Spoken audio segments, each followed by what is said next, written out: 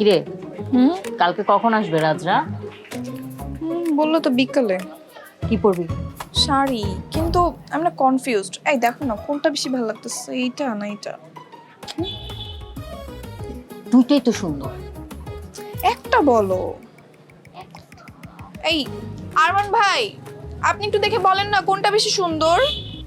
আর আমি নিজেই তো এখনো হারে কিছু কইতে পারি না, কনফিউজ থাকি। হারে জিগাও। কেউই বলতে পারতেছে না। আমি হেল্প করি।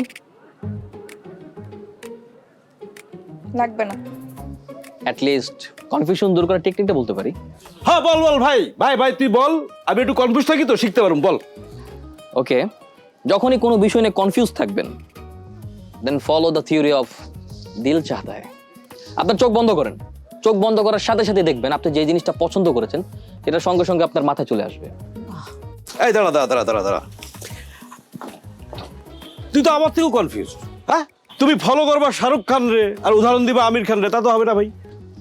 নো বস, সবার সব ভালোটা নিয়ে I am the Raj. Life স্টাইলে শাহরুখ খান, হুম?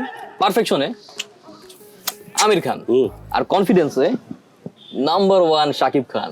ও মাই গড, ওরে ফিল্মি। Super super. কাল কখন আসবা? আসতে তো আমি এখনই চাই, কিন্তু কি করবো বলো।